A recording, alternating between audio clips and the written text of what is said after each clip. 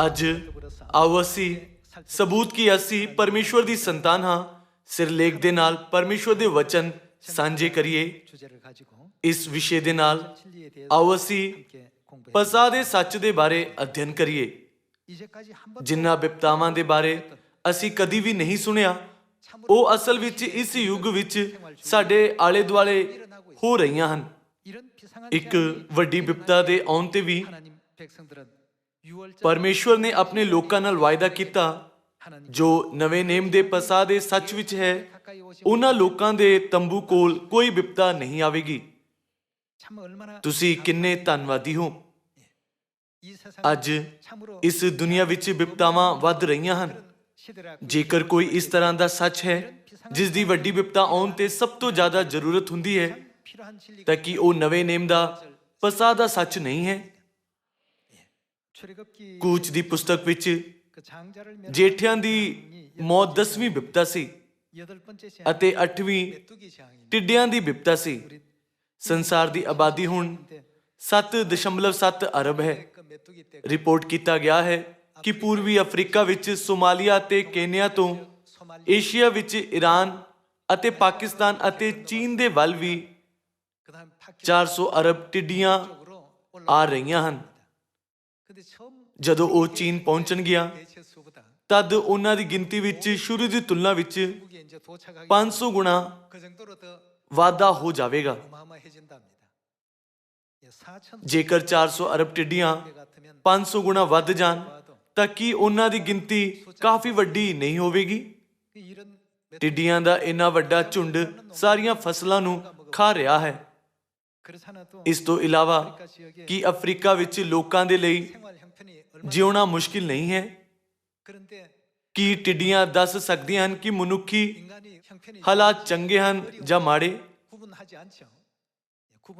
ਉਹ ਮਨੁੱਖੀ ਹਾਲਾਤ ਦੀ ਪਰਵਾਹ ਕੀਤੇ ਬਿਨਾਂ ਉਸ ਨੂੰ ਆਪਣੀ ਮਰਜ਼ੀ ਨਾਲ ਖਾ ਰਹੀਆਂ ਹਨ। ਵਰਤਮਾਨ ਵਿੱਚ 400 ਅਰਬ ਟਿੱਡੀਆਂ ਸਾਰੀਆਂ ਫਸਲਾਂ ਨੂੰ ਖਾ ਰਹੀਆਂ ਹਨ। ਇਸ ਤੋਂ ਇਲਾਵਾ ਫਸਲ ਖਾਣ ਦੇ ਬਾਅਦ ਇਹ ਇੱਕ ਦਿਨ ਵਿੱਚ ਲਗਭਗ 150 ਕਿਲੋਮੀਟਰ ਦੀ ਯਾਤਰਾ ਕਰਦੀਆਂ ਹਨ। ਸਾਨੂੰ ਲੱਗਦਾ ਹੈ ਕਿ ਟਿੱਡੀਆਂ ਬਸ ਇੱਧਰ ਉੱਧਰ ਟੱਪ ਸਕਦੀਆਂ ਹਨ, ਪਰ ਉਹ ਬਹੁਤ ਵਧੀਆ ਉੱਡ ਵੀ ਸਕਦੀਆਂ ਹਨ। ਜੇਕਰ ਉਹ 150 ਕਿਲੋਮੀਟਰ ਉੱਡਦੀਆਂ ਹਨ ਤਾਂ ਇਹ ਸਿਓਲ ਤੋਂ ਡੇਜਨ ਦੀ ਯਾਤਰਾ ਕਰਨ ਦੇ ਵਾਂਗ ਹੈ। 8ਵੀਂ ਬਿਪਤਾ ਟਿੱਡੀਆਂ ਦੀ ਬਿਪਤਾ ਸੀ। 9ਵੀਂ ਹਨੇਰੇ ਦੀ ਬਿਪਤਾ ਸੀ। 10ਵੀਂ ਜੇਠਿਆਂ ਨੂੰ ਨਸ਼ਟ ਕਰਨ ਦੀ ਬਿਪਤਾ ਸੀ। ਹੁਣ ਅਸੀਂ ਕੂਚ ਦੀ ਪੁਸਤਕ ਦੀਆਂ ਬਿਪਤਾਵਾਂ ਨੂੰ ਆਪਣੇ ਆਲੇ ਦੁਆਲੇ ਵਾਪਰਦੇ ਹੋਏ ਦੇਖ ਸਕਦੇ ਹਾਂ। ਇਹਨਾਂ ਦਿਨਾਂ ਵਿੱਚ ਕਈ ਪਸ਼ੂ ਵੀ ਮਰ ਰਹੇ ਹਨ। ਕੂਚ ਦੀ ਪੁਸਤਕ ਸਾਨੂੰ ਪਸ਼ੂ ਤੇ ਪਈ ਬਿਪਤਾ ਵੀ ਦਿਖਾਉਂਦੀ ਹੈ। ਪਸ਼ੂਆਂ ਤੇ ਇੱਕ ਭਿਆਨਕ ਬਿਪਤਾ ਸੀ ਅਤੇ ਫੋੜਿਆਂ ਦੀ ਬਿਪਤਾ ਸੀ। ਕੁਝ ਸਾਲ ਪਹਿਲਾਂ ਕਾਫੀ ਪਸ਼ੂਆਂ ਨੂੰ ਨਸ਼ਟ ਅਤੇ ਦਫਨਾਇਆ ਗਿਆ ਸੀ। ਕੋਰੀਆ ਵਿੱਚ ਲਗਭਗ ਸਾਰੇ ਸੂਰਾਂ ਨੂੰ ਦਫਨਾਇਆ ਗਿਆ ਸੀ। ਇਸ ਯੁੱਗ ਵਿੱਚ ਅਸੀਂ ਉਹਨਾਂ ਚੀਜ਼ਾਂ ਨੂੰ ਦੇਖ ਰਹੇ ਹਾਂ ਜੋ ਪਹਿਲਾਂ ਤੋਂ ਕਿਤੇ ਜ਼ਿਆਦਾ ਵੱਡੇ ਪੱਧਰ ਤੇ ਹੋ ਰਹੀਆਂ ਹਨ। ਅਸੀਂ ਇਸ ਯੁੱਗ ਦੀ ਵਿਆਖਿਆ ਕਰ ਸਕਦੇ ਹਾਂ, ਹੈ ਨਾ? ਹੇ ਕਪਟਿਓ, ਧਰਤੀ ਅਤੇ ਆਕਾਸ਼ ਦੇ ਚਿੰਨ੍ਹਾਂ ਦੀ ਜਾਂਚ ਕਰਨੀ ਤੁਹਾਨੂੰ ਆਉਂਦੀ ਹੈ, ਪਰ ਇਸ ਸਮੇਂ ਦੀ ਜਾਂਚ ਕਰਨੀ ਤੁਹਾਨੂੰ ਕਿਉਂ ਨਹੀਂ ਆਉਂਦੀ? ਮੈਨੂੰ ਇੱਕ ਵਾਰ ਫਿਰ ਇਹ ਵਚਨ ਯਾਦ ਆਏ ਜੋ ਯੀਸ਼ੂ ਨੇ ਸਾਨੂੰ 2000 ਸਾਲ ਪਹਿਲਾਂ ਦਿੱਤੇ ਸੀ। ਫਿਰ ਪਰਮੇਸ਼ਵਰ ਨੇ ਸਾਨੂੰ ਇਸ ਅੰਤਿਮ ਯੁੱਗ ਵਿੱਚ ਫਸਾ ਕਿਉਂ ਦਿੱਤਾ ਅਤੇ ਸਾਨੂੰ ਇਸ ਨੂੰ ਮਨਾਉਣ ਦਾ ਹੁਕਮ ਕਿਉਂ ਦਿੱਤਾ? ਨਵੇਂ ਨੇਮ ਦਾ ਪਸਾ ਨਾ ਸਿਰਫ ਸਾਨੂੰ ਧਰਤੀ ਤੇ ਆਉਣ ਵਾਲੀਆਂ ਬਿਪਤਾਵਾਂ ਤੋਂ ਬਚਾਉਣ ਲਈ ਕਾਬਿਲ ਬਣਾਉਂਦਾ ਹੈ, ਬਲਕਿ ਸਾਨੂੰ ਆਤਮਿਕ ਬਿਪਤਾਵਾਂ ਤੋਂ ਵੀ ਬਚਾਉਂਦਾ ਹੈ। ਕਿ ਇਹ ਨਵੇਂ ਨੇਮ ਦੇ ਪਸਾ ਦਾ ਸੱਚ ਨਹੀਂ ਹੈ ਜੋ ਸਾਨੂੰ ਆਤਮਿਕ ਬਿਪਤਾਵਾਂ ਤੋਂ ਬਚਾਉਂਦਾ ਹੈ? ਆਓ ਅਸੀਂ ਅੱਜ ਇਸ ਦੇ ਬਾਰੇ ਅਧਿਐਨ ਕਰੀਏ। ਮੈਨੂੰ ਤੁਹਾਨੂੰ ਕੋਰੀਆ ਦੇ ਇਤਿਹਾਸ ਵਿੱਚ ਗੋਂਗੁਰਿਓ ਰਾਜ ਦੀ ਸਥਾਪਨਾ ਦੇ ਬਾਰੇ ਇੱਕ ਕਹਾਣੀ ਦੱਸਣ ਦਿਓ। ਸੰਸਥਾਪਕ ਜੁਮੋਂਗ ਸੀ, ਜਿਸ ਨੂੰ ਕਦੀ-ਕਦੀ ਰਾਜਾ ਡੋਂਗਮਿਆਂਗ ਕਿਹਾ ਜਾਂਦਾ ਸੀ। ਇਹ ਤਦ ਹੋਇਆ ਜਦੋਂ ਜੁਮੋਂਗ ਨੇ ਇੱਕ ਰਾਜ ਸਥਾਪਿਤ ਕਰਨ ਦੇ ਲਈ, ਜਿਸ ਨੂੰ ਬਾਅਦ ਵਿੱਚ ਗੋਗੁਰਿਓ ਕਿਹਾ ਗਿਆ, ਆਪਣੇ ਪਰਿਵਾਰ ਨੂੰ ਛੱਡ ਦਿੱਤਾ।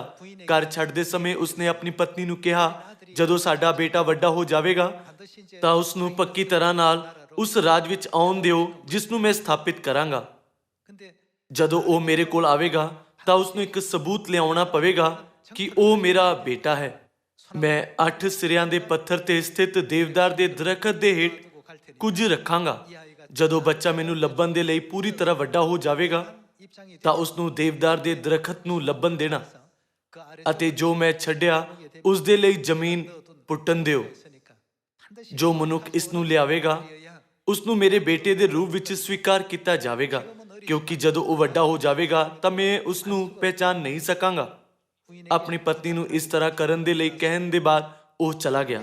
ਬਾਅਦ ਵਿੱਚ ਮੁੰਡਾ ਵੱਡਾ ਹੋ ਗਿਆ ਅਤੇ ਉਸ ਦੇ ਪਿਤਾ ਜਮੋਂਗ ਨੇ ਗੋਗਰਿਓ ਰਾਜ ਦੀ ਸਥਾਪਨਾ ਕੀਤੀ। ਇਹ ਸੁਣ ਕੇ ਉਸ ਦੇ ਪਿਤਾ ਨੇ ਇੱਕ ਰਾਜ ਦੀ ਸਥਾਪਨਾ ਕੀਤੀ। ਉਸਨੇ ਆਪਣੇ ਪਿਤਾ ਦੇ ਕੋਲ ਜਾਣ ਦਾ ਫੈਸਲਾ ਕੀਤਾ। ਫਿਰ ਉਸ ਨੂੰ ਯਾਦ ਆਇਆ ਕਿ ਉਸ ਦੀ ਮਾਤਾ ਕਿਹੜੀ ਗੱਲ ਕਰਦੀ ਰਹਿੰਦੀ ਸੀ। ਤੁਹਾਡੇ ਪਿਤਾ ਨੇ ਦੇਵਦਾਰ ਦੇ ਦਰਖਤ ਦੇ ਹੇਠ ਕੁਝ ਲੁਕਾਇਆ ਹੈ ਜੋ 8 ਸਿਰਿਆਂ ਦੇ ਪੱਥਰ ਤੇ ਸਥਿਤ ਹੈ। ਤੈਨੂੰ ਉਸ ਨੂੰ ਲੱਭਣਾ ਪਵੇਗਾ ਤੇ ਉਸ ਨੂੰ ਇਹ ਸਾਬਿਤ ਕਰਨ ਦੇ ਲਈ ਲਿਆਉਣਾ ਪਵੇਗਾ ਕਿ ਤੁਸੀਂ ਉਹਨਾਂ ਦੇ ਪੁੱਤਰ ਹੋ। ਇਸ ਲਈ ਉਸਨੇ ਆਪਣੇ ਪਿਤਾ ਦੀ ਲੁਕਾਈ ਹੋਈ ਚੀਜ਼ ਨੂੰ ਲੱਭਦੇ ਹੋਏ ਆਪਣੇ ਪਿੰਡ, ਆਲੇ ਦੁਆਲੇ ਦੇ ਪਿੰਡਾਂ, ਪਹਾੜਾਂ ਅਤੇ ਵਾਦੀਆਂ ਵਿੱਚ ਲੱਭਿਆ, ਪਰ ਉਹ ਫੇਲ ਹੋ ਕੇ ਮੁੜਿਆ। ਇੱਕ ਦਿਨ ਉਹ ਪਿੱਛੇ ਦੇ ਵਿਹੜੇ ਵਿੱਚ ਘੁੰਮਣ ਦੇ ਲਈ ਗਿਆ। ਤਦ ਉਸ ਨੂੰ 8 ਸਿਰਿਆਂ ਵਾਲਾ ਪੱਥਰ ਮਿਲਿਆ। ਉਹ ਉਹਦੇ ਘਰ ਦੇ ਸਿਰੇ ਦਾ ਪੱਥਰ ਸੀ ਅਤੇ ਉਸ ਤੇ ਇੱਕ ਲੱਕੜੀ ਦਾ ਖੰਭਾ ਸੀ। ਪਹਿਲਾਂ ਉਹ ਸਾਦੇ ਢੰਗ ਨਾਲ ਪਿੱਛੇ ਦੇ ਵਿਹੜੇ ਨੂੰ ਦੇਖਦਾ ਸੀ, ਪਰ ਉਸ ਦਿਨ ਉਸਨੇ ਦੇਖਿਆ ਕਿ ਇੱਕ ਖੰਭੇ ਦੇ ਹੇਠਾਂ ਦਾ ਪੱਥਰ 8 ਭੁਜ ਸੀ। ਇਸ ਤੋਂ ਇਲਾਵਾ ਖੰਭਾ ਦੇਵਦਾਰ ਦੇ ਦਰਖਤ ਨਾਲ ਬਣਿਆ ਸੀ। ਇਸ ਲਈ ਉਸਨੇ ਸਿਰਿਆਂ ਦੇ ਪੱਥਰ ਦੇ ਹੇਠਾਂ ਪੁੱਟਿਆ ਅਤੇ ਉਸ ਨੂੰ ਇੱਕ ਛੋਟਾ ਟੁੱਟਾ ਹੋਇਆ ਅਤੇ ਜੰਗਾਲ ਲੱਗਿਆ ਹੋਇਆ ਖੰਜਰ ਮਿਲਿਆ। ਇਹ ਸੋਚਦੇ ਹੋਏ ਮੇਰੇ ਪਿਤਾ ਇਹ ਨਿਸ਼ਾਨ ਚਾਹੁੰਦੇ ਹਨ ਜੋ ਮੇਰੀ ਪਛਾਣ ਦੀ ਪੁਸ਼ਟੀ ਕਰ ਸਕੇ। ਇਹ ਖੰਜਰ ਦੇ ਨਾਲ ਗੋਗਰਿਓ ਚਲਾ ਗਿਆ। ਜਦੋਂ ਉਹ ਗੋਗਰਿਓ ਸ਼ਾਹੀ ਮਹਿਲ ਵਿੱਚ ਪ੍ਰਵੇਸ਼ ਕਰਨ ਦੀ ਕੋਸ਼ਿਸ਼ ਕਰ ਰਿਹਾ ਸੀ, ਤਦ ਭਾਵੇਂ ਹੀ ਉਸਨੇ ਰਾਜੇ ਦਾ ਪੁੱਤਰ ਹੋਣ ਦਾ ਦਾਅਵਾ ਕੀਤਾ, ਪਰ ਪਹਿਰੇਦਾਰਾਂ ਨੇ ਯਕੀਨ ਨਾ ਕੀਤਾ ਕਿ ਉਹ ਅਸਲ ਵਿੱਚ ਪੁੱਤਰ ਹੈ। ਇਸ ਲਈ ਉਹ ਮਹਿਲ ਦੇ ਸਾਹਮਣੇ ਬਹਿਸ ਕਰ ਰਹੇ ਸੀ। ਆਖਰਕਾਰ ਉਸ ਨੂੰ ਰਾਜੇ ਦੇ ਕੋਲ ਭੇਜਿਆ ਗਿਆ ਅਤੇ ਰਾਜੇ ਨੇ ਪੁੱਛਿਆ, ਤੁਹਾਡੇ ਕੋਲ ਕੁਝ ਇਸ ਤਰ੍ਹਾਂ ਦੀ ਚੀਜ਼ ਹੋਣੀ ਚਾਹੀਦੀ ਹੈ ਜੋ ਇਹ ਸਾਬਿਤ ਕਰੇ ਕਿ ਤੁਸੀਂ ਮੇਰੇ ਪੁੱਤਰ ਹੋ। ਕਿ ਤੁਸੀਂ ਉਹ ਲਿਆਏ ਹੋ? ਹਾਂ, ਮੇਰੇ ਕੋਲ ਉਹ ਹੈ। ਫਿਰ ਮੈਨੂੰ ਦਿਖਾਓ। ਤਦ ਉਸਨੇ ਇੱਕ ਟੁੱਟਿਆ ਹੋਇਆ ਤੇ ਜੰਗਾਲ ਲੱਗਿਆ ਹੋਇਆ ਖੰਜਰ ਕੱਢਿਆ। ਜਦੋਂ ਰਾਜੇ ਨੇ ਆਪਣੇ ਦੂਸਰੇ ਅੱਧੇ ਹਿੱਸੇ ਦੇ ਨਾਲ ਟੁੱਟੇ ਹੋਏ ਖੰਜਰ ਨੂੰ ਜੋੜਿਆ ਤਾਂ ਉਹ ਇੱਕ ਖੰਜਰ ਵਿੱਚ ਜੁੜ ਗਿਆ। ਆਖਰਕਾਰ ਉਸ ਨੂੰ ਰਾਜੇ ਦੇ ਪੁੱਤਰ ਦੇ ਰੂਪ ਵਿੱਚ ਸਵੀਕਾਰ ਕੀਤਾ ਗਿਆ ਤੇ ਰਾਜਕੁਮਾਰ ਦਾ ਅਹੁਦਾ ਦਿੱਤਾ ਗਿਆ। ਬਾਅਦ ਵਿੱਚ ਪੁੱਤਰ ਗੋਗਰੀਆ ਦਾ ਦੂਸਰਾ ਰਾਜਾ ਯੂਰੀ ਬਣ ਗਿਆ। ਇਸ ਕਹਾਣੀ ਦੇ ਦੁਆਰਾ ਸਾਨੂੰ ਵੀ ਬਾਈਬਲ ਦੀ ਸਿੱਖਿਆਵਾਂ ਦੀ ਪੁਸ਼ਟੀ ਕਰਨੀ ਚਾਹੀਦੀ ਹੈ। ਜਦੋਂ ਪਰਮੇਸ਼ਰ ਪਵਿੱਤਰ ਆਤਮਾ ਦੇ ਅੰਤਮ ਯੁੱਗ ਵਿੱਚ ਆਉਣਗੇ ਤਾਂ ਉਹ ਧਰਤੀ ਤੇ ਕਿਵੇਂ ਆਉਣਗੇ? ਉਹ ਕੀ ਸਬੂਤ ਲਿਆਉਣਗੇ? ਆਉਣ ਵਾਲੇ ਮਸੀਹ ਨੂੰ ਸਾਨੂੰ ਕਿਵੇਂ ਸਵੀਕਾਰ ਕਰਨਾ ਚਾਹੀਦਾ ਹੈ ਅਤੇ ਸਾਨੂੰ ਉਹਨਾਂ ਨੂੰ ਸਵੀਕਾਰ ਕਰਨ ਦੇ ਲਈ ਕਿਵੇਂ ਵਿਸ਼ਵਾਸ ਰੱਖਣਾ ਚਾਹੀਦਾ ਹੈ। ਜਦੋਂ ਅਸੀਂ ਸਵਰਗ ਮੁੜਾਂਗੇ, ਜੇਕਰ ਪਰਮੇਸ਼ਰ ਸਾਡੇ ਤੋਂ ਉਹ ਚੀਜ਼ ਦਿਖਾਉਣ ਦੇ ਲਈ ਕਹਿਣ ਜੋ ਸਾਬਿਤ ਕਰਦੀ ਹੈ ਕਿ ਅਸੀਂ ਉਹਨਾਂ ਦੀ ਸੰਤਾਨ ਹਾਂ, ਤਾਂ ਅਸੀਂ ਉਹਨਾਂ ਨੂੰ ਕੀ ਦਿਖਾਵਾਂਗੇ? ਅਸੀਂ ਕਿਸ ਗੱਲ ਤੇ ਹੌਸਲੇ ਦੇ ਨਾਲ ਕਹਿ ਸਕਦੇ ਹਾਂ, ਪਿਤਾ ਜੀ, ਮੈਂ ਤੁਹਾਡਾ ਪੁੱਤਰ ਹਾਂ? ਜਦੋਂ ਪਰਮੇਸ਼ਰ ਸਬੂਤ ਮੰਗਦੇ ਹਨ, ਤਦ ਜੇਕਰ ਕੋਈ ਕਹਿੰਦਾ ਹੈ, ਹੇ ਪ੍ਰਭੂ, ਮੇਰੇ ਕੋਲ ਐਤਵਾਰ ਦੀ ਪਾਲਣਾ ਕਰਨ ਦਾ ਸਬੂਤ ਹੈ, ਤਦ ਪਰਮੇਸ਼ਰ ਕੀ ਜਵਾਬ ਦੇਣਗੇ? ਮੈਂ ਤੁਹਾਨੂੰ ਕਦੀ ਨਹੀਂ ਜਾਣਿਆ। ਇਸ ਤੋਂ ਮੇਰੇ ਪੁੱਤਰ ਦੀ ਪਛਾਣ ਕਦੀ ਨਹੀਂ ਹੋ ਸਕਦੀ। ਇਹ ਉਹ ਸਬੂਤ ਨਹੀਂ ਹੈ ਜੋ ਮੈਂ ਚਾਹੁੰਦਾ ਹਾਂ। ਦੂਸਰਾ ਵਿਅਕਤੀ ਕਹਿ ਸਕਦਾ ਹੈ ਕਿ ਇਹ ਕ੍ਰਿਸਮਸ ਨਹੀਂ ਹੈ। ਨਹੀਂ, ਇਹ ਨਹੀਂ ਹੈ। ਸਲੀਬ ਦੇ ਬਾਰੇ ਵਿੱਚ ਕੀ? ਉਹ ਵੀ ਨਹੀਂ ਹੈ। ਪਰਮੇਸ਼ਰ ਸਾਰਿਆਂ ਨੂੰ ਅਸਵੀਕਾਰ ਕਰ ਦੇਣਗੇ। ਫਿਰ ਪਰਮੇਸ਼ਰ ਨੇ ਸਾਨੂੰ ਬਾਈਬਲ ਦੇ ਵਚਨਾਂ ਦੇ ਦੁਆਰਾ ਕੀ ਮਨਾਉਣ ਦੇ ਲਈ ਕਿਹਾ?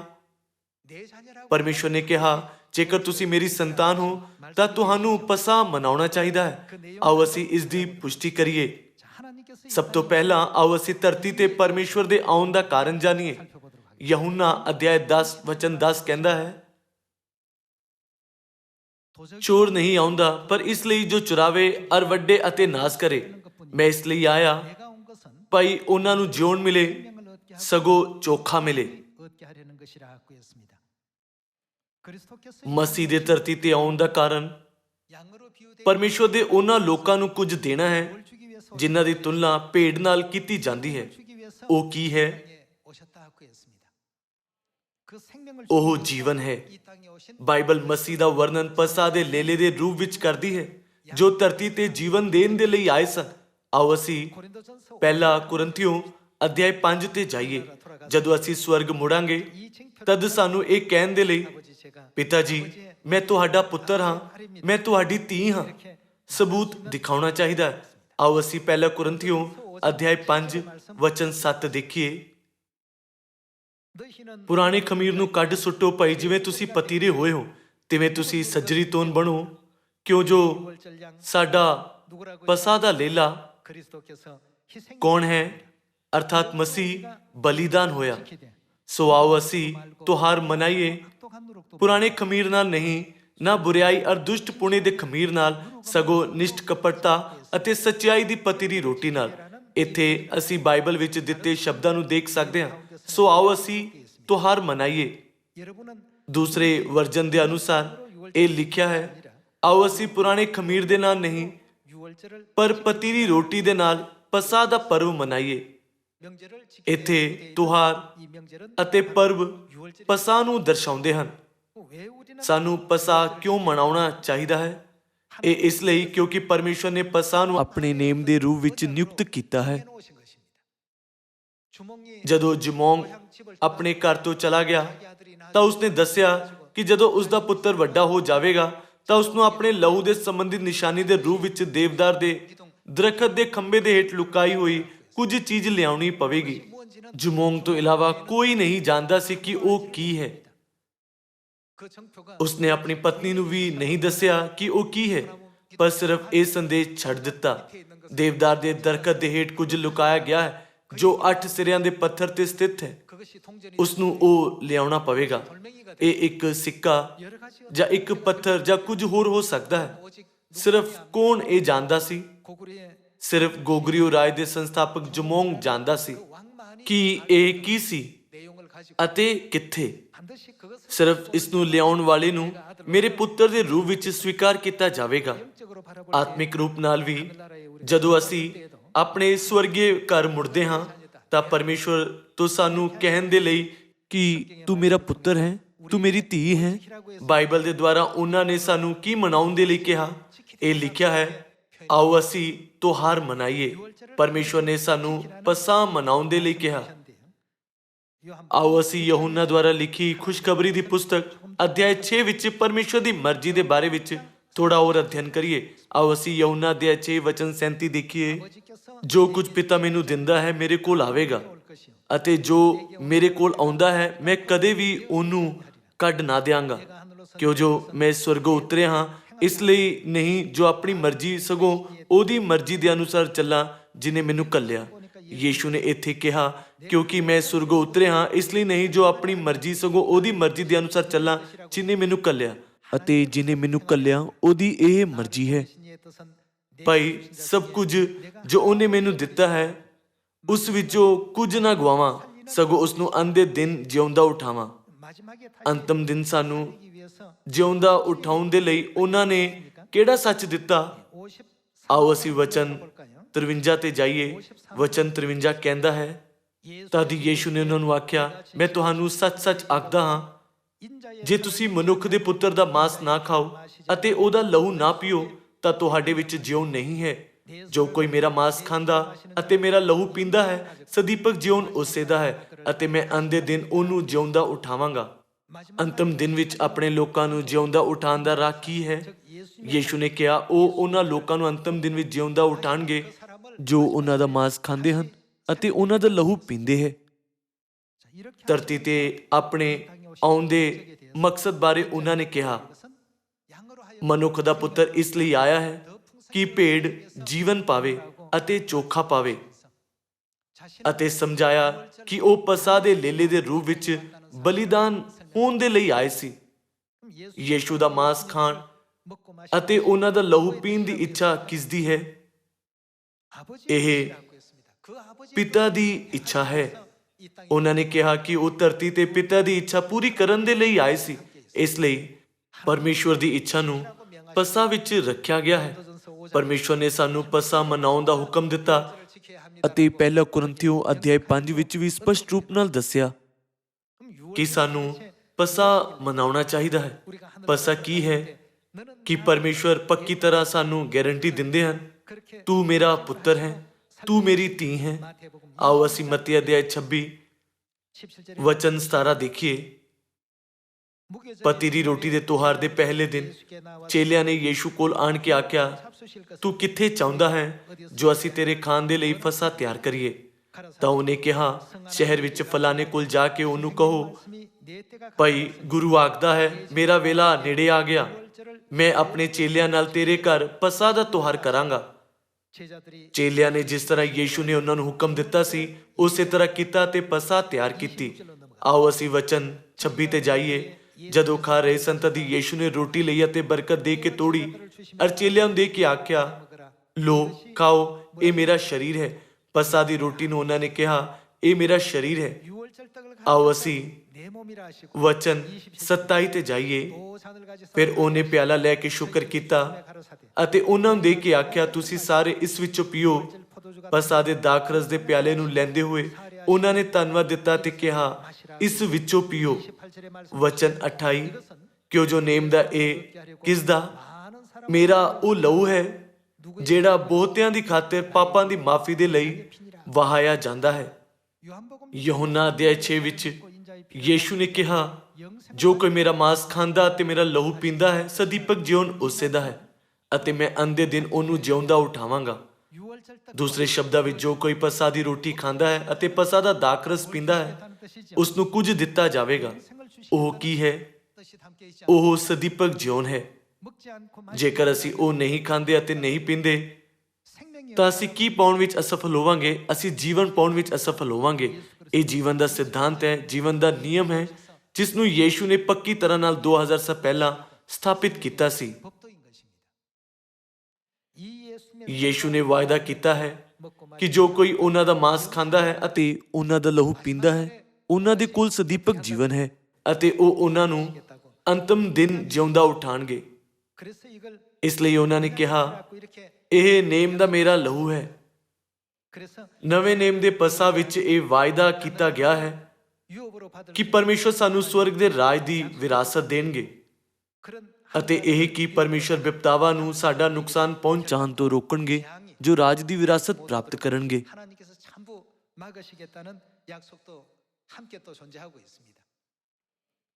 ਜਿਵੇਂ ਜਿਮੋਂਗ ਨੇ ਆਪਣੇ ਪੁੱਤਰ ਨੂੰ ਵੱਡੇ ਹੋਣ ਤੋਂ ਬਾਅਦ ਆਪਣੇ ਟੁੱਟੇ ਹੋਏ ਖੰਜਰ ਦੇ ਨਾਲ ਆਉਣ ਦਿੱਤਾ ਜੋ ਉਸ ਦੇ ਪੁੱਤਰ ਦੀ ਪਹਿਚਾਨ ਕਰੇਗਾ।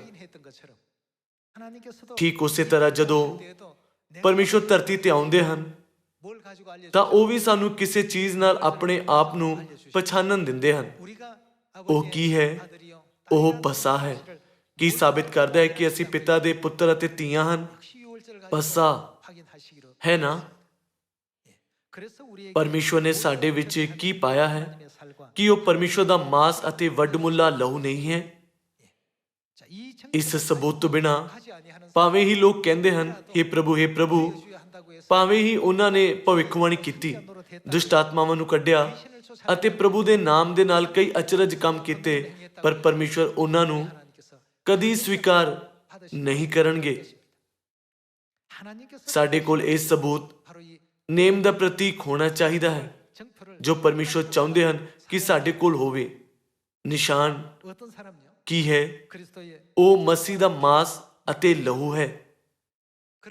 ਜਿਵੇਂ ਪਰਮੇਸ਼ਵਰ ਨੇ ਕਿਹਾ, ਮੈਂ ਤੁਹਾਡੇ ਵਿੱਚ ਅਤੇ ਤੁਸੀਂ ਮੇਰੇ ਵਿੱਚ ਬਣੇ ਰਹੋਗੇ, ਤਾਂ ਜਿਨ੍ਹਾਂ ਦੇ ਕੋਲ ਇਹ ਸਬੂਤ ਹੈ ਉਹ ਪਰਮੇਸ਼ਵਰ ਦੇ ਪੁੱਤਰ ਅਤੇ ਧੀਆਂ ਬਣਨਗੇ।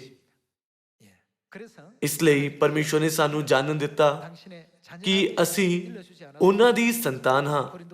ਆਓ ਅਸੀਂ ਦੂਜਾ ਕੁਰਿੰਥੀਓ ਅਧਿਆਇ 6 ਤੇ ਨਜ਼ਰ ਪਾਈਏ। ਅਧਿਆਇ 6 ਵਚਨ 17। ਇਸ ਲਈ ਉਹਨਾਂ ਵਿੱਚੋਂ ਨਿਕਲ ਆਓ ਅਤੇ ਅੱਡ ਹੋਵੋ, ਪ੍ਰਭੂ ਆਖਦਾ ਹੈ, ਅਤੇ ਕਿਸੇ ਭ੍ਰਿਸ਼ਟ ਵਸਤੂ ਨੂੰ ਹੱਥ ਨਾ ਲਾਓ, ਮੈਂ ਤੁਹਾਨੂੰ ਕਬੂਲ ਕਰ ਲਵਾਂਗਾ ਔਰ ਤੁਹਾਡਾ ਕੀ ਹੋਵਾਂਗਾ? ਪਿਤਾ ਹੋਵਾਂਗਾ ਅਤੇ ਤੁਸੀਂ ਮੇਰੇ ਕੀ ਹੋਵੋਗੇ? ਪੁੱਤਰ ਧੀਆਂ ਹੋਵੋਗੇ। ਇਹ ਬਚਨ ਸਰਬਸ਼ਕਤੀਮਾਨ ਪ੍ਰਭੂ ਦਾ ਹੈ। ਪਰਮੇਸ਼ਵਰ ਨੇ ਸੰਤਾਨਾਂ ਅਤੇ ਇੱਕ ਪਿਤਾ ਦੇ ਰਿਸ਼ਤੇ ਨੂੰ ਕਿਸ ਦੇ ਦੁਆਰਾ ਸਥਾਪਿਤ ਕੀਤਾ? ਪਸਾਹ ਦੇ ਦੁਆਰਾ। ਪਰਮੇਸ਼ਵਰ ਨੇ ਇਸ ਰਿਸ਼ਤੇ ਨੂੰ ਪਸਾਹ ਦੀ ਰੋਟੀ ਅਤੇ ਦਾਖਰਸ ਦੇ ਦੁਆਰਾ ਬਣਾਇਆ, ਜੋ ਪਰਮੇਸ਼ਵਰ ਦਾ ਪਵਿੱਤਰ ਮਾਂਸ ਅਤੇ ਲਹੂ ਹੈ ਨਾ? ਅਤੇ ਉਹਨਾਂ ਨੇ ਇਸ ਨੂੰ ਇੱਕ ਨੇਮ ਬਣਾਇਆ। ਇਹ ਸ਼ੈਤਾਨ ਦੀ ਦੁਨੀਆ ਵਿੱਚ ਬਿਲਕੁਲ ਨਹੀਂ ਸਮਝਿਆ ਜਾ ਸਕਦਾ। ਇਹ ਸਿਰਫ ਉਸੇ ਤਰ੍ਹਾਂ ਹੈ ਜਿਸ ਨੇ 8 ਭੁਜ ਦੇਵਦਾਰ ਦੇ ਦਰਖਤ ਦੇ ਹੇਠਾਂ ਆਪਣੇ ਪੁੱਤਰ ਦੇ ਲਈ ਕੁਝ ਲੁਕਾਇਆ ਸੀ। ਉਹ ਜਾਣਦਾ ਸੀ ਕਿ ਇਹ ਕੀ ਹੈ। ਕੀ ਹੋਵੇਗਾ ਜੇਕਰ ਕੋਈ ਰਾਜੇ ਦੇ ਇਰਾਦੇ ਨੂੰ ਪੜ੍ਹੇ ਅਤੇ ਉਸ ਦੇ ਵਰਗਾ ਕੁਝ ਲਿਆਵੇ? ਕੀ ਹੋਵੇਗਾ ਜੇਕਰ ਉਹ ਤਾਂਬੇ ਦਾ ਸਿੱਕਾ ਜਾਂ ਅੱਧਾ ਸ਼ੀਸ਼ਾ ਲੈ ਆਵੇ? ਕੀ ਉਹ ਉਸ ਨੂੰ ਆਪਣੀ ਸੰਤਾਨ ਦੇ ਰੂਪ ਵਿੱਚ ਸਵੀਕਾਰ ਕਰ ਸਕਦਾ ਹੈ? ਰਾਜੇ ਨੇ ਜਿਸ ਚੀਜ਼ ਦੇ ਨਾਲ ਨੇਮ ਬੰਨਿਆ ਸੀ, ਉਸ ਤੋਂ ਇਲਾਵਾ ਕਿਸੇ ਨੂੰ ਵੀ ਕਿਸੇ ਹੋਰ ਚੀਜ਼ ਨੂੰ ਲਿਆ ਕੇ ਰਾਜੇ ਦੀ ਸੰਤਾਨ ਦੇ ਰੂਪ ਵਿੱਚ ਸਵੀਕਾਰ ਨਹੀਂ ਕੀਤਾ ਜਾ ਸਕਦਾ। ਠੀਕ ਉਸੇ ਤਰ੍ਹਾਂ, ਕਿਉਂਕਿ ਪਰਮੇਸ਼ਵਰ ਨੇ ਪਸਾਹ ਦੇ ਸੱਚ ਦੇ ਦੁਆਰਾ ਸਾਨੂੰ ਆਪਣੀ ਸੰਤਾਨ ਹੋਣ ਦਾ ਅਧਿਕਾਰ ਦੇਣ ਦੇ ਲਈ ਇੱਕ ਨੇਮ ਬੰਨਿਆ ਹੈ, ਤਾਂ ਜਿਨ੍ਹਾਂ ਲੋਕਾਂ ਦੇ ਕੋਲ ਪਸਾਹ ਨਹੀਂ ਹੈ, ਉਹ ਪਰਮੇਸ਼ਵਰ ਦੀ ਸੰਤਾਨ ਨਹੀਂ ਹੋ ਸਕਦੇ। ਭਾਵੇਂ ਉਹ ਕਿੰਨਾ ਹੀ ਉੱਚੀ ਕਹਿਣ ਕਿ ਮੈਂ ਪਿਤਾ ਦੀ ਸੰਤਾਨ ਹਾਂ, ਮੈਂ ਮਾਤਾ ਦੀ ਸੰਤਾਨ ਹਾਂ। ਸਾਨੂੰ ਇਹ ਸਮਝਣ ਦੀ ਜ਼ਰੂਰਤ ਹੈ ਕਿ ਪਰਮੇਸ਼ਵਰ ਨੇ ਕਿਉਂ ਕਿਹਾ। ਇਸ ਲਈ ਆਓ ਅਸੀਂ ਪਸਾਹ ਮਨਾਈਏ। ਸਾਨੂੰ ਪਸਾਹ ਮਨਾਉਣਾ ਚਾਹੀਦਾ ਹੈ ਕਿਉਂਕਿ ਸਾਡੇ ਪਸਾਹ ਦਾ ਲੇਲਾ ਮਸੀਹ ਬਲੀ ਹੋਏ ਹਨ। ਤਾਂ ਸਾਨੂੰ ਪਸਾਹ ਦੇ ਦੁਆਰਾ ਉਹਨਾਂ ਦੇ ਬਲੀਦਾਨ ਦੇ ਵੱਡਮੁੱਲੇ ਲਹੂ ਦੀ ਕਿਰਪਾ ਦੇ ਕੱਪੜੇ ਪਾਉਣੇ ਚਾਹੀਦੇ ਹਨ, ਤਾਂ ਜੋ ਅਸੀਂ ਪਰਮੇਸ਼ਵਰ ਦੀ ਸੰਤਾਨ ਬਣ ਸਕੀਏ। ਇਸ ਲਈ ਪਰਮੇਸ਼ਵਰ ਨੇ ਸਾਨੂੰ ਪਸਾਹ ਦੀ ਰੋਟੀ ਖਾਣ ਅਤੇ ਪਸਾਹ ਦਾ ਦਾਖਰਸ ਪੀਣ ਨੂੰ ਕਿਹਾ। ਅਤੇ ਪਰਮੇਸ਼ਵਰ ਨੇ ਉਹਨਾਂ ਲੋਕਾਂ ਦੇ ਲਈ ਜਿਨ੍ਹਾਂ ਤੇ ਪਸਾਹ ਦੇ ਦੁਆਰਾ ਮੋਹਰ ਲਗਾਈ ਗਈ ਬਿਪਤਾਵਾਂ ਦੇ ਬਾਰੇ ਵਿੱਚ ਕੀ ਵਾਅਦਾ ਕੀਤਾ? ਪਰਮੇਸ਼ਵਰ ਨੇ ਵਾਅਦਾ ਕੀਤਾ ਕਿ ਬਿਪਤਾਵਾਂ ਉਹਨਾਂ ਤੋਂ ਪਾਰ ਹੋ ਜਾਣਗੀਆਂ। ਆਓ ਅਸੀਂ ਇਬਰਾਨੀਆਂ ਅਧਿਆਇ 11 ਵਚਨ 28 ਦੇਖੀਏ। ਨਿਸ਼ਚੈ ਨਾਲ ਉਹਨਾਂ ਨੇ ਪਸਾਹ ਦੇ ਤਿਉਹਾਰ ਨੂੰ ਅਤੇ ਲਹੂ ਛਿੜਕਣ ਦੀ ਵਿਧੀ ਨੂੰ ਮੰਨਿਆ। ਭਾਈ ਨਾ ਹੋਵੇ ਜੋ ਪਲੋਠਿਆਂ ਦਾ ਨਾਸ਼ ਕਰਨ ਵਾਲਾ ਕਿਸ ਤੇ ਇਜ਼ਰਾਈਲੀਆਂ ਨੂੰ ਹੱਥ ਨਾ ਲਾਵੇ। ਹੱਥ ਨਾ ਲਾਵੇ ਦਾ ਮਤਲਬ ਕੀ ਹੈ? ਇਸ ਦਾ ਮਤਲਬ ਇਹ ਹੈ ਕਿ ਜਦੋਂ ਨਾਸ਼ ਕਰਨ ਵਾਲੇ ਸਵਰਗਦੂਤ ਮਿਸਰ ਦੇ ਸਾਰੇ ਘਰਾਂ ਤੇ ਬਿਪਤਾ ਪਾਉਣਗੇ, ਤਾਂ ਬਿਪਤਾ ਉਹਨਾਂ ਦੇ ਘਰਾਂ ਦੇ ਉੱਪਰੋਂ ਲੰਘ ਜਾਵੇਗੀ ਜਿਨ੍ਹਾਂ ਨੇ ਪਸਾਹ ਮਨਾਇਆ ਹੈ ਨਾ? ਇਹ ਸਪਸ਼ਟ ਰੂਪ ਨਾਲ ਲਿਖਿਆ ਹੈ। ਜਦੋਂ ਅਸੀਂ ਪਸਾਹ ਮਨਾਉਣ ਦਾ ਵਿਸ਼ਵਾਸ ਰੱਖਦੇ ਹਾਂ ਤਾਂ ਸਾਰੀਆਂ ਬਿਪਤਾਵਾਂ ਪਾਰ ਹੋ ਜਾਣਗੀਆਂ। ਪਰਮੇਸ਼ਵਰ ਨੇ ਨਾਸ਼ ਕਰਨ ਵਾਲੇ ਸਵਰਗਦੂਤਾਂ ਨੂੰ ਉਹਨਾਂ ਤੋਂ ਪਾਰ ਹੋਣ ਦਿੱਤਾ ਜਿਨ੍ਹਾਂ ਨੇ ਪਸਾਹ ਨੂੰ ਵਿਸ਼ਵਾਸ ਦੇ ਨਾਲ ਮਨਾਇਆ ਸੀ। ਕਿਉਂਕਿ ਜਿਨ੍ਹਾਂ ਨੇ ਪਸਾਹ ਮਨਾਇਆ ਹੈ ਉਹ ਪਰਮੇਸ਼ਵਰ ਦੀ ਸੰਤਾਨ ਹੈ। ਜੇਕਰ ਨਾਸ਼ ਕਰਨ ਵਾਲੇ ਸਵਰਗਦੂਤ ਪਰਮੇਸ਼ਵਰ ਦੀ ਸੰਤਾਨਾਂ ਤੇ ਹੱਥ ਪਾਉਣ ਤਾਂ ਉਹ ਵੱਡੀ ਮੁਸੀਬਤ ਵਿੱਚ ਪੈ ਜਾਣਗੇ। ਇਸ ਕਰਕੇ ਪਰਮੇਸ਼ਵਰ ਨੇ ਉਹਨਾਂ ਨੂੰ ਉਹਨਾਂ ਲੋਕਾਂ ਤੋਂ ਪਾਰ ਹੋਣ ਦਿੱਤਾ। ਕੋਰੋਨਾ ਵਾਇਰਸ ਦੇ ਮਾਮਲਿਆਂ ਦੀ ਗਿਣਤੀ ਬਹੁਤ ਵੱਧ ਗਈ ਹੈ।